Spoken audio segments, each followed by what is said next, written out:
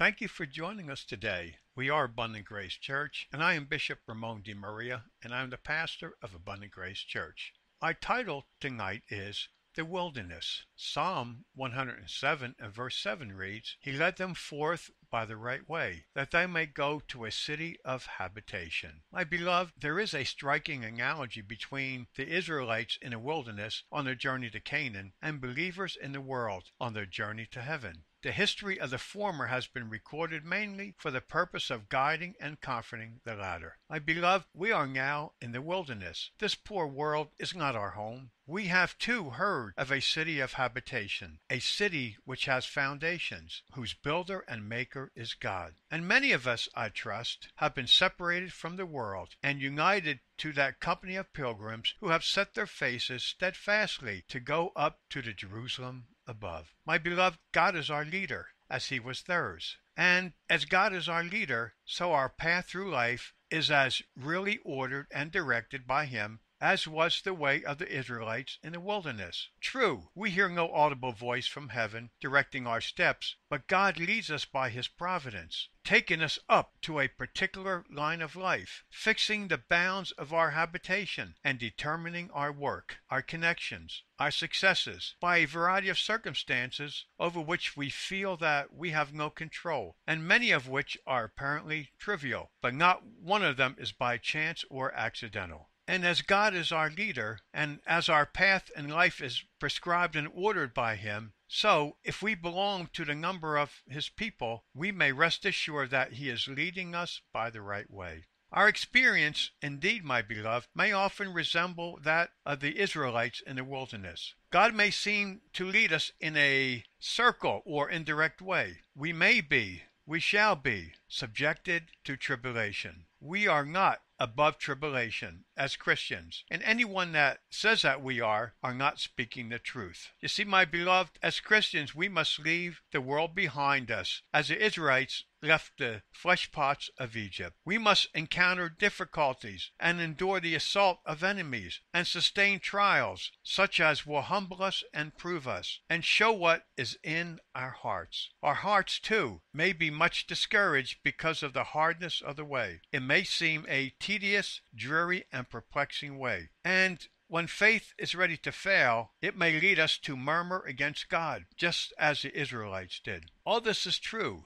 but the Lord knows the way which we take in this great wilderness, and as sure as God is our guide, so sure it is that he is leading us by the right way. All the difficulties, all the trials, all the disappointments, all the bereavements, all the delays, all the chastisements which befall us are all as needful for us as they were for the children of Israel. We too need to be proved. We too need to be humbled. We too have evil hearts of unbelief that must be subdued. We too must be educated by instruction, trained by discipline, and purified by suffering, that we may be fitted for our glorious inheritance above. There is an inheritance for us, as there was for them. Their inheritance in the land of Canaan was but a type or shadow of the incorruptible, undefiled, unfading inheritance reserved in heaven for us. As seeing that God has opened up such a glorious prospect before us, why should we doubt that he will lead us by the right way on our journey towards it? Why should we quarrel with any of his appointments here if they are designed to fit and prepare us for such a glorious destiny hereafter?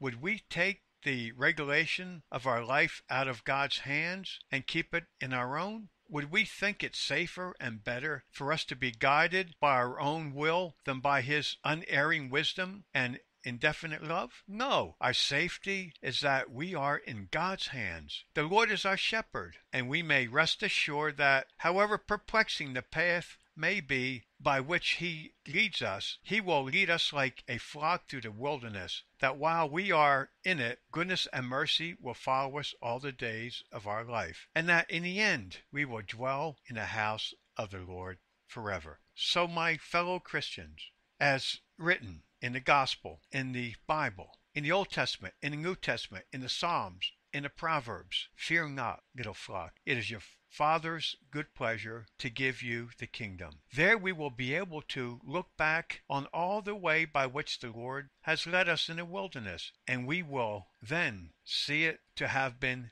the right way. And in admiration and gratitude, we shall acknowledge with Moses, as he penned in Exodus chapter 15 and verse 13, Thou in thy mercy hast led forth the people which thou hast redeemed. Thou hast guided them in thy strength unto thy holy habitation. My beloved Christian, right now you are in the wilderness, but know that you are not forsaken. God did not forsake the Israelites in their time in the wilderness, and he will not forsake you either in this present time. God has a plan and a purpose for you. Stand firm on your faith in Jesus Christ. For Jesus Christ paid the price on Calvary, where he was crucified. He died, was buried, and rose again from the dead. My beloved, we have the victory, and Jesus Christ rose into heaven and is now sitting at the right hand of God, making intercession for all the saints. So look up, my beloved, and know that you are only here for a short time. Do all that you can. Spread the gospel. Feed the hungry. Clothe the naked. Visit the sick. Give drink to the thirsty.